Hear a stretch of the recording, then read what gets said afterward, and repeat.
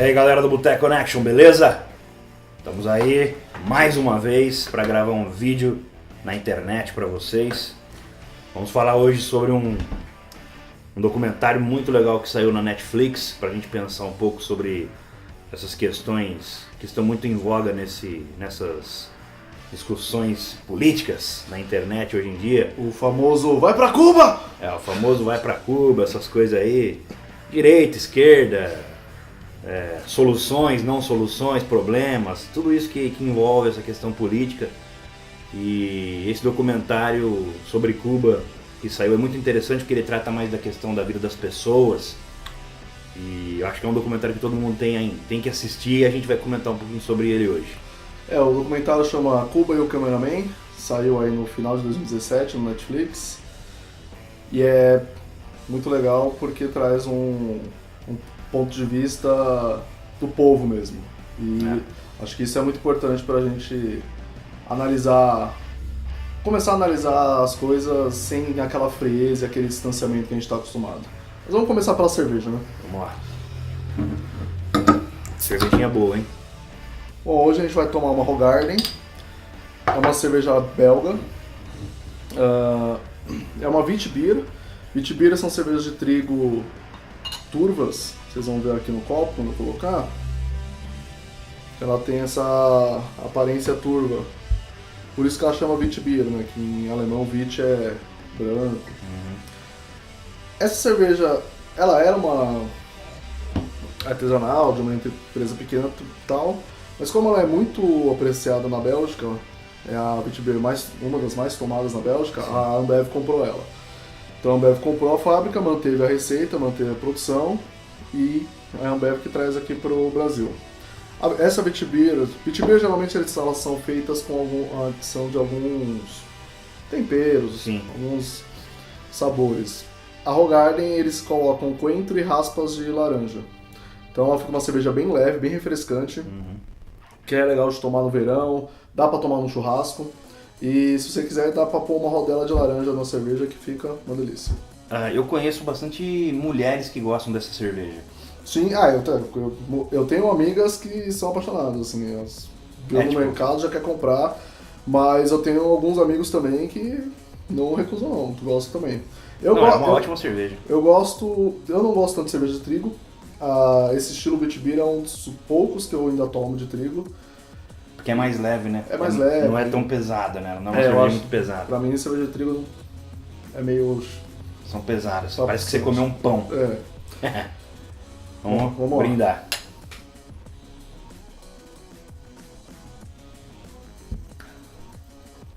Eu gosto dela, cara. Ela é bem levinha, bem leve. Eu gosto bastante de Witbier, bastante. Mas então vamos lá, galera.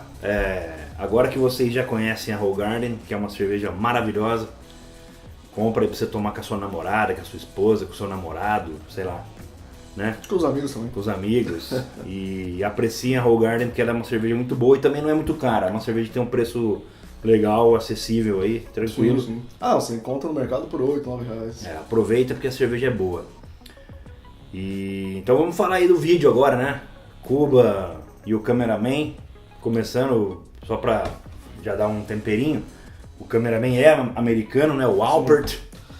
A motivação dele ao fazer esse vídeo, o que acontece, né? Ele é da primeira geração de cineastas americanos que têm acesso às câmeras portáteis, né? Câmera filmadora portátil. Lá nos anos 70. Antes, anos 60 ainda. Ele começa a filmar nos anos 70, né? Lá em Cuba. E aí o que acontece? Eles estão muito interessados ali em filmar nos Estados Unidos as lutas sindicais, as lutas que o povo que os trabalhadores têm travado por melhorias de vida.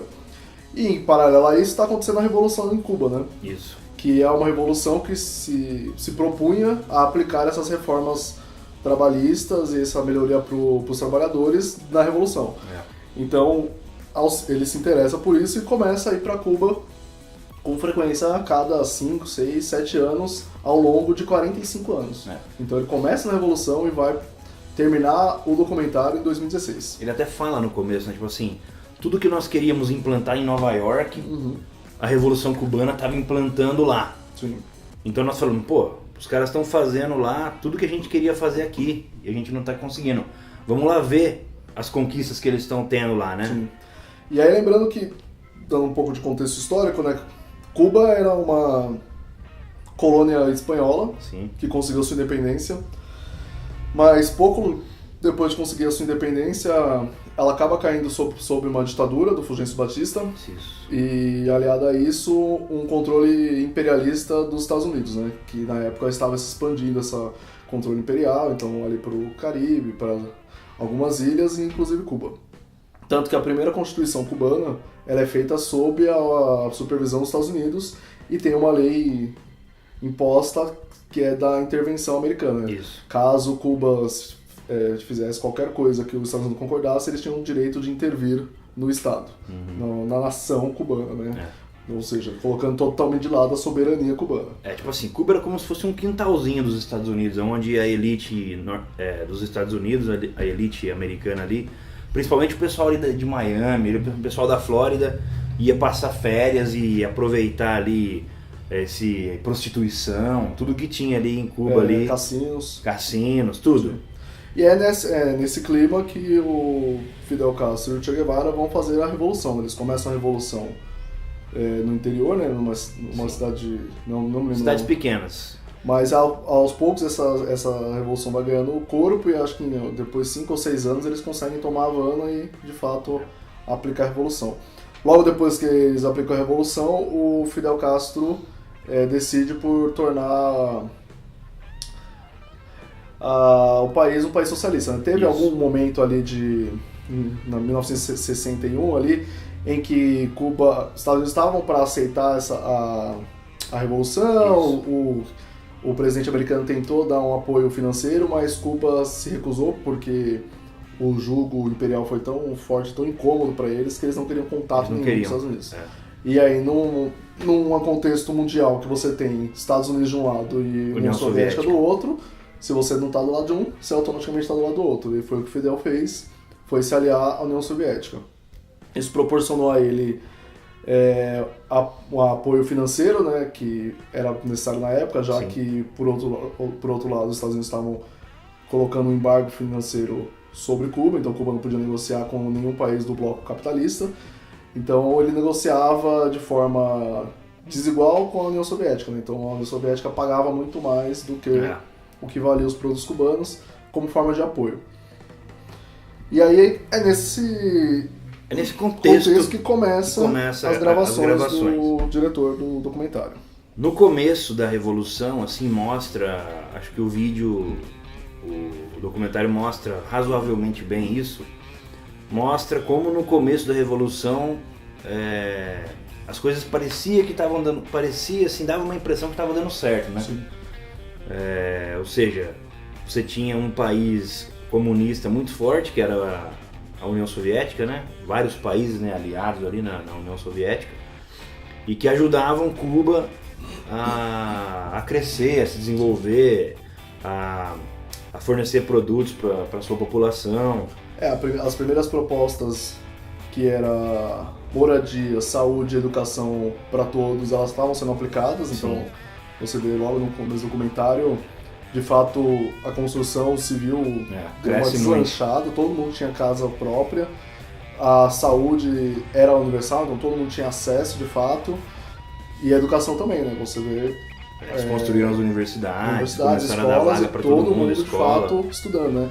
Ele está em entrevista, né, alguns trabalhadores no começo da Revolução, né, perguntando para os trabalhadores, né, mas por que você trabalha no campo e tal? Aí o trabalhador responde, né, eu trabalho aqui porque eu não tive oportunidade de estudar e tal. Sim.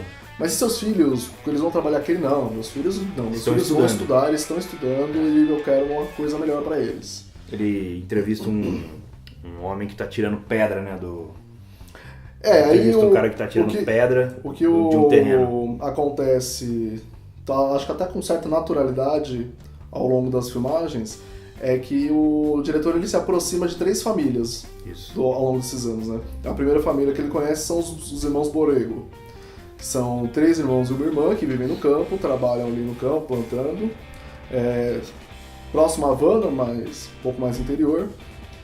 E ao longo dos anos ele acaba criando amizade com essa família e vai mostrando toda a passagem do tempo e todo o processo que a Revolução causa de impacto neles, né? Então no começo eles estão ali plantando e tudo mais, e são bem humildes, são né? bem Bem humildes, simples, são são sitiantes, né? É. Sitiantes. E aí um deles, ele retirava pedras dos terrenos governamentais.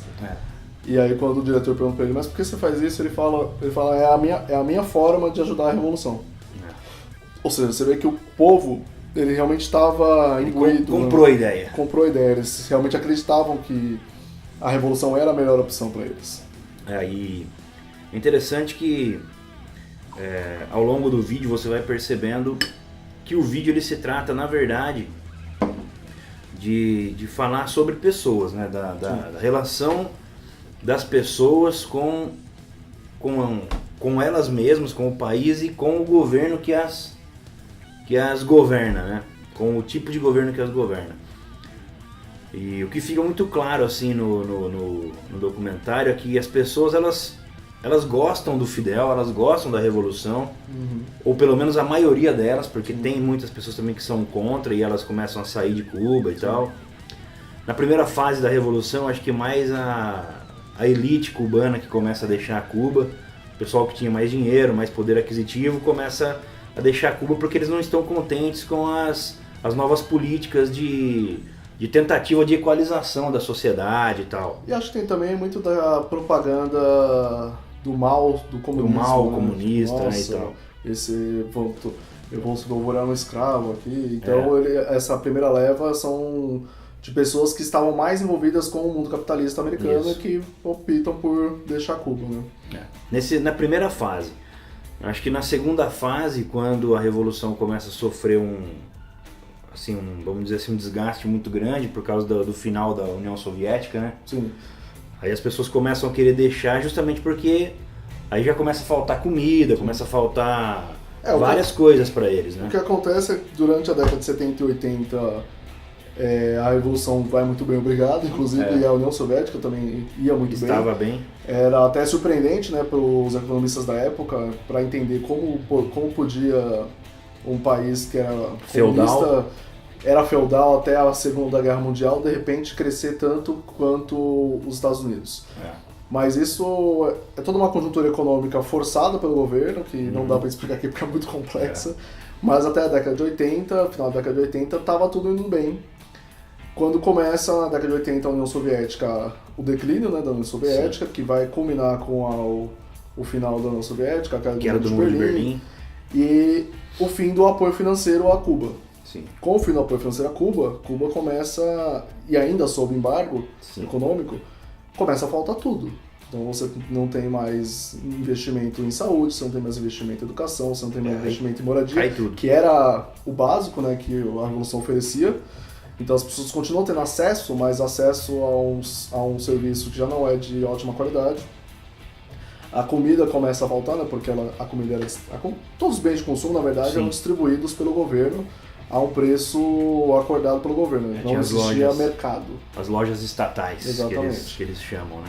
E aí você deixa de ter variedade de tudo, né? Você vai ter só arroz, açúcar, farinha. Só o básico para sobreviver, para a sobrevivência das pessoas. E ainda era limitado por pessoa. Né? Então as pessoas não passavam fome, mas elas também não tinham acesso a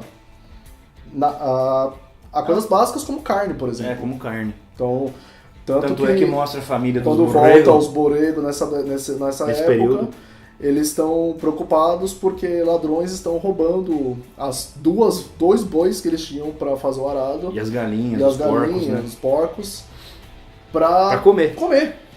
Basicamente para comer, né? Pra comer. É nessa época também que o diretor vai conhecer o Fidel. Não, o Fidel ele conhece antes, né? no começo. Ele consegue ter acesso ao Fidel por causa da tecnologia que ele levava, né? O Fidel fica, em uma determinada entrevista coletiva, o Fidel fica curioso, se aproxima do diretor e acaba surgindo... Eles ficam até amigos. Um certo respeito, uma certa amizade, que permite que o diretor tenha acesso ao Fidel ao longo desses anos. E... Nossa, até esqueci de falar. Não, na verdade, o que acontece é que essa aproximação que o Alpert tem com o Fidel é interessante porque mostra o Fidel Castro, mostra que o Fidel Castro ele é um cara que quer ali o bem do seu povo, Sim. né? Mas só que ele é um cara muito duro. Você vê que o Fidel é um cara muito duro, é um cara que não quer aproximação com os Estados Unidos. Ele tem vamos dizer assim, acho que um ranço mesmo, uma coisa assim com os Estados Unidos, e que ele não quer aproximação. É uma coisa de orgulho, né? Um ego assim muito forte. Até também pelas tentativas de derrubar a questão contra ele, né? Com certeza. Mas ainda assim, eu acho que é uma coisa muito dos regimes socialistas, né? Que acabam, o socialismo real, né, de fato, que é essa questão do líder centralizador e personalista, né? Sim. Quase um populista, né? Que ele vira quase que não chega a ser uma religião, mas é quase como se fosse uma entidade. Quase uma adoração do povo a um líder, né? Então, na União Soviética você tem Lenin, depois você tem o Stalin, que centraliza isso muito mais, né? E ele percebe essa conjuntura e trabalha em cima disso. E em Cuba você tem o Fidel, que por toda a vida, né? Ele é admirado pelo povo cubano. Uhum. Até o final, Até né? o final, você tem apoio a ele, por mais que tenha outras áreas que começam a questionar a revolução também. E aí, então, com o final da União Soviética, Cuba começa a passar por vários problemas, e aí você tem um pouco antes, você tem a segunda leva de pessoas que saem de Cuba, que são, na sua maioria, pessoas que estavam presos políticos e pessoas que estavam no manicômio, que o governo cubano fecha os presídios e alguns manicômios porque não tem dinheiro. Muito provavelmente para economizar dinheiro. Não tem dinheiro para manter. E ele libera que essa galera possa sair de Cuba. Então, e aí vem os navios. Os navios dos Estados Unidos vêm para o porto de Mariel buscar as pessoas. Ele só até fala no documentário, né, que é a maior saída de pessoas de Cuba em um tão curto espaço de tempo. Maior êxodo, né? É o maior êxodo que tem. E aí você começa a ver como é que tá o país, aí que eu ia falar do Luiz Amores, né? Uhum. Que ele conhece o Luiz Amores, que é um negro cubano que tenta ali sobreviver do jeito que dá, então ele acaba se envolvendo com o mercado negro de produtos.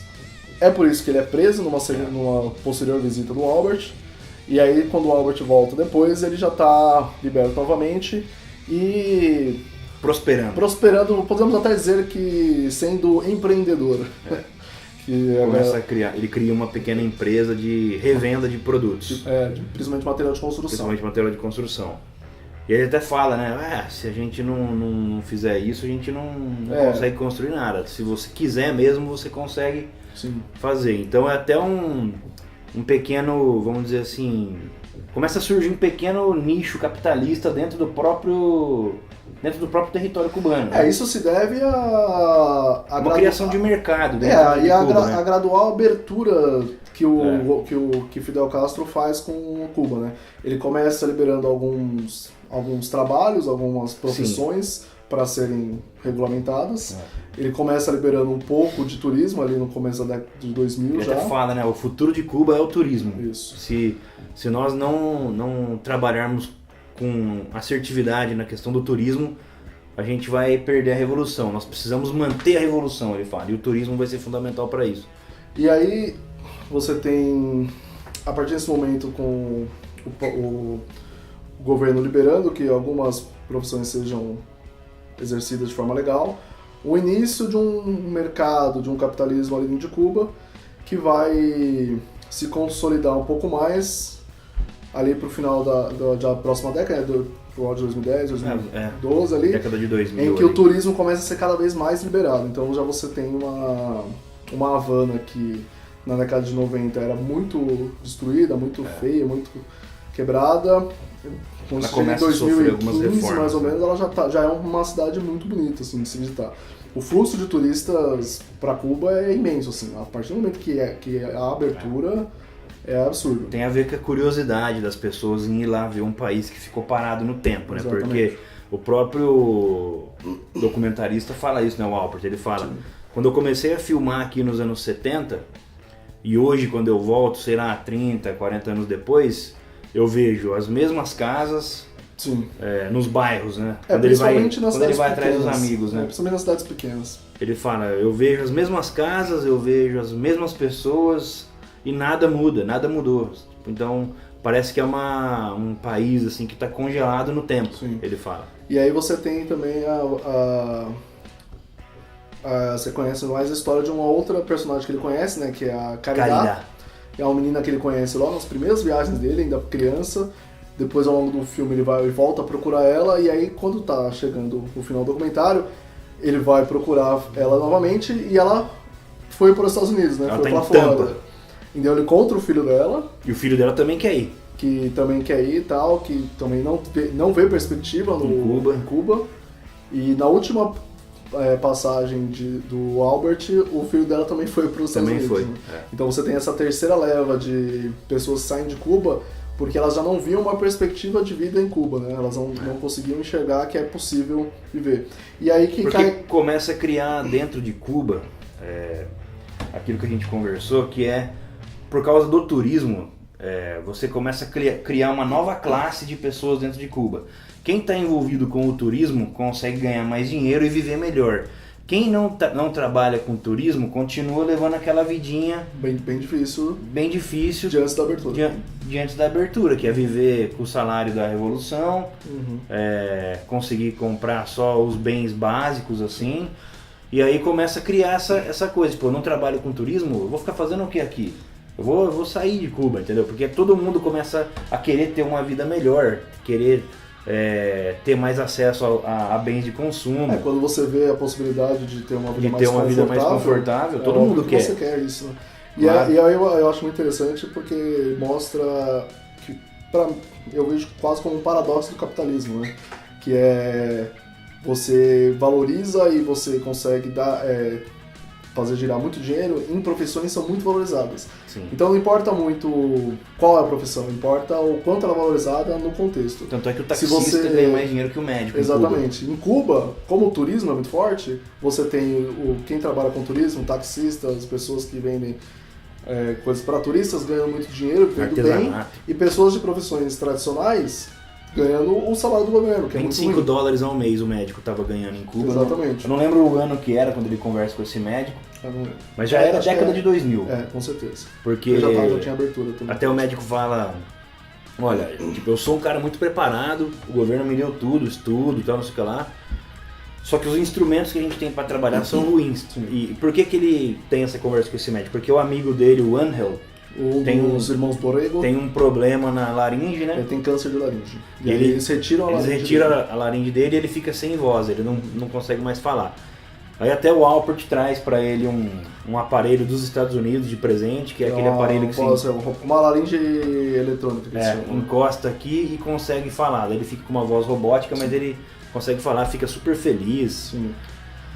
E acho que isso são as contradições muito impressionantes, né? Porque enquanto por um lado você tem o Angel com mais de 90 anos, tendo um câncer de laringe, sendo operado de forma com sucesso, sim. Por outro lado, essa mesma medicina que consegue fazer isso não consegue cuidar tão bem dos seus pacientes porque ela não tem o aparato técnico. Não tem recurso.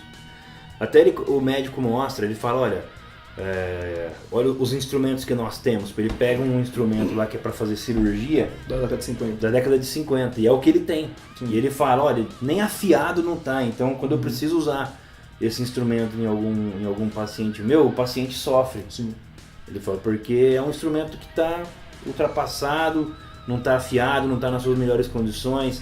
Eles usam aquelas seringas antigas ainda, de vidro, da Segunda Guerra Mundial ainda. E aí você tem toda essa questão, né, de você ter pessoas vendendo artesanato com um nível superior. Então, o que você tem em Cuba? Né? Você tem um país que tem, de fato, saúde para todos, educação para todos, moradia eu acho que não dá para todos. Tem, mas a qualidade é bem... A qualidade é ruim. É bem ruim. Não é todo mundo que tem uma casa boa, mas todo mundo tem um teto. Tem um teto. Mas, por outro lado, essas pessoas não conseguem, por exemplo, exercer suas próprias profissões, elas são mal remuneradas por isso. Uhum. O que, assim, também não tá muito longe do que a gente vê no capitalismo, né? Porque você vê muita gente com diploma de ensino superior sem conseguir emprego. Você vê, quando você fala dos borrego, né? A família que vive lá no campo, não é tão diferente de uma família do campo aqui no Brasil, se você entrar bem nos interiores do Brasil. Não precisa nem entrar muito nos interiores, não. Aqui em São Paulo mesmo, se a gente for aqui pro interior de São Paulo aqui, tem famílias muito humildes, muito pobres trabalhando no campo, entendeu? E aí, se você traça paralelo, né? Será que essas pessoas que são semelhantes lá e semelhantes num país capitalista, elas têm de fato acesso à saúde, à educação e à moradia? Não sei. Então, existem muitas contradições, existem muitos problemas, mas também existem coisas boas. Mas o que fica... Acho que antes de concluir, acho que terminar falando do que motiva o diretor a de fato fazer esse documentário, né? Porque quando ele começa a filmar, ele acho que não tinha essa perspectiva de quando fazer esse documentário ou se de fato virar um documentário. Com certeza. O que motiva ele é a doença do Fidel Castro. Sim. Então, Fidel Castro, quando chega aos 90 anos, já está muito debilitado. Ele já tinha passado o governo por irmão dele, o Raul Castro, em 2012, acho. Em 2014, o Raul Castro se aproxima do Barack Obama com o intermédio do Papa. Então, aí nesse momento que de fato existe a abertura de Cuba total, as empresas capitalistas são liberadas a investirem em Cuba, então você tem diversas empresas brasileiras, americanas, europeias investindo em Cuba. O Brasil é um dos grandes investidores em Cuba, inclusive. É um dos países que investiu na reforma do Porto de Mariel, que foi muito criticado aqui no Brasil pela galera mais reacionária. O investimento do Porto de Mariel é do governo Lula, mas a abertura de relações diplomáticas é do Sarney, e os primeiros investimentos em Cuba é do governo Fernando Henrique Cardoso. Então, no governo Lula você tem um pouco mais de investimento. E tem uma outra questão, né? Não é assim, a questão do Porto de Mariel são empresas brasileiras, sim, privadas que estão ganhando dinheiro lá fora, lá no Porto de Mariel. O que foi feito, na verdade, foi uma aproximação diplomática entre os governos para que isso pudesse ocorrer. Claro, o Brasil, é lógico, teve financiamento, tal, que o Brasil ajudou a fazer lá em Cuba, e tal. Mas é investimento em comércio exterior. Sim. E Cuba é um país em potencial como qualquer outro país que o Brasil comercializa. Eu li uma reportagem que aquelas empresas que fazem avaliação de mercado diz que Cuba tem um potencial de 10 bilhões de dólares por investimento. Sim, é um país praticamente inexplorado, né, cara? E aí o que motiva o diretor a, de fato, montar o documentário é justamente essa possibilidade do Fidel Castro vir a falecer, né? Que é o que acontece. Então o diretor ele consegue um último encontro com o Fidel. Bem velhinho já. Bem velhinho, bem debilitado. O Fidel lembra dele e meses depois o Fidel morre. E é isso o estopim que faz um diretor pensar, nossa, agora eu tenho 45 anos de material, eu preciso montar uma linha do tempo, uma cronologia aí, e organizar as informações. Acho que o que fica, no final, ao assistir o documentário inteiro, o que fica pra gente é o que de fato acontece, o que de fato reflete, o que de fato impacta. O que de fato tem em comum entre capitalismo e socialismo, ou comunismo. É o preço que o povo paga, porque no final das contas é o povo que vai sofrer ou vai avançar mais sobre os governos, né? Você tem quem governa, quem comanda, não sofre o impacto direto, né? Quem sofre o impacto direto, na verdade, é o povo. E não há muita diferença entre o impacto, entre as dificuldades num país socialista e num país capitalista, pelo menos comparando Cuba com a nossa experiência de Brasil, por exemplo. Acho que, tudo bem, você não vai comparar Cuba com um país capitalista como a Finlândia, por exemplo, que não tem como. Sim. Agora, se você comparar Cuba, por exemplo, com o Brasil, a diferença que existe entre Brasil e Cuba é que nós temos uma elite econômica que tem acesso a tudo, nós temos uma classe média que tem acesso também a todos os bens de consumo, ela consegue, vamos dizer, minimamente pagar seu plano de saúde, mas nós temos muitas pessoas pobres no Brasil, milhões de pessoas, que estão sem acesso à saúde, sem acesso à educação de qualidade, sem acesso a emprego de qualidade, com rendas muito baixas, sem acesso a bens de consumo de alto teor tecnológico. As pessoas conseguem comprar um smartphone de, sei lá, 400, 500 reais, ou conseguem comprar um smartphone de 2 mil reais parcelado em 24 vezes. Sim. Então, tipo assim, o capitalismo ele dá essa sensação de que nós vivemos num país melhor do que, por exemplo, um país como Cuba, que tem uma realidade, vamos dizer, socialista. Mas o que fica, que eu e o Laerte entendemos do documentário, é que as pessoas mais pobres do Brasil não tem muita diferença das pessoas pobres em Cuba. Sim.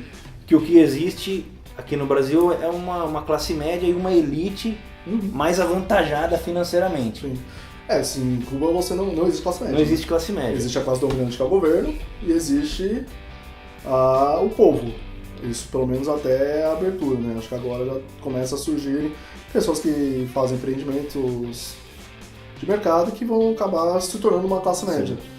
Mas é interessante notar as semelhanças entre a classe que governa Cuba e aqui, sim, né? Porque no começo da Revolução você via Fidel cercado por pessoas que eram muito mais semelhantes ao povo. Sim. Pessoas negras, pessoas mestiças, pessoas pobres, pessoas jovens, todo tipo de povo. Conforme os anos vão passando, você vê que Fidel ele vai começando a se cercar ou a ser cercado de pessoas que não perdem nada para nossa elite governamental. Sim, são os que brancos, são homens brancos, velhos, gordos, bem vestidos e que começam... A elite branca descendente de espanhóis. Isso aí, para complementar um pouco o que a gente está falando nesse vídeo, eu acho que a gente pode recomendar para vocês que leiam um livro do Carlos Moore, que é um cubano que foi exilado de Cuba. E o livro dele se chama Pichón, que conta a história dele. É um livro muito interessante porque o Carlos Moore, que é um homem negro e militante do movimento negro, ele faz justamente essa crítica da Revolução. O livro tem até uma coisa assim interessante porque ele critica a Revolução, mas sem reconhecer as coisas boas que a Revolução fez pro povo. A crítica dele está mais nessa questão racial, que sim, ele fala que a Revolução não contemplou de fato as pessoas pobres e negras de Cuba. As pessoas pobres e negras de Cuba continuaram relegadas às migalhas, entendeu? E a elite é toda branca. Exatamente, você muda o sistema, mas não muda quem manda. Mas bom, essa na verdade é uma crítica do movimento negro ao marxismo de fato, né? Sim. Marx nunca contemplou essa questão nos seus estudos, né? Porque ele acreditava apenas na luta de classes e que isso estaria subjugado à luta de classes. Hoje em dia a gente enxerga que não. Existe outra questão aí das minorias, sejam elas raciais, LGBTs, gênero e tudo mais. Sem contar que o Marx era um cara... Não tem como fugir muito do positivismo da época, apesar que ele desenvolve uma linha de raciocínio diferente, mas isso era uma coisa meio que, vamos dizer, que estava no imaginário do europeu. Sim, esse é anacronista achar que ele ia conseguir pensar da forma como a gente pensa hoje em dia. Sim. Mas isso já é um papo muito complexo para um outro vídeo. Para um outro momento.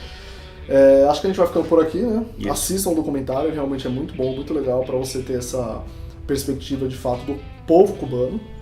E se identificar e entender que lá não tem... Os comunistas não são comedores de criancinhas. Inclusive a família Borrego, quem assistiu o documentário vai se apaixonar por eles. Eles são muito simpáticos. São muito simpáticos, são homens trabalhadores, pessoas que não estão preocupadas com capitalismo, com não sei o que lá, só querem viver as suas vidas, entendeu? E eu, assim, fiquei muito triste com o final da família. Não vai dar spoiler. Mas assim, fiquei muito triste com o final da família Borrego, assim, acho que vocês têm que assistir. É muito legal, assim, o documentário é bonito porque ele tem essa coisa humana, né? Sim. E aí você acaba esquecendo um pouco dessa rivalidade, dessa rixa besta e idiota que existe entre esquerda e direita, sabe? Você acaba assistindo o documentário com uma visão mais humana das coisas e percebendo as questões humanas que estão envolvidas na interferência que um governo faz sobre a vida das pessoas, né? Exatamente. E eu acho que essa é a mensagem que a gente queria deixar. Não fiquem com a nossa opinião, com a nossa percepção. Assistam o documentário. Tirem suas próprias conclusões. Se quiserem conversar com a gente nos comentários aqui do YouTube, estejam à vontade, ou mesmo pelo Facebook. Exatamente. Né? E a gente tá aí, a nossa percepção foi essa. E tomem cerveja de qualidade. É isso aí. E até o próximo vídeo. Valeu, galera. Tamo junto.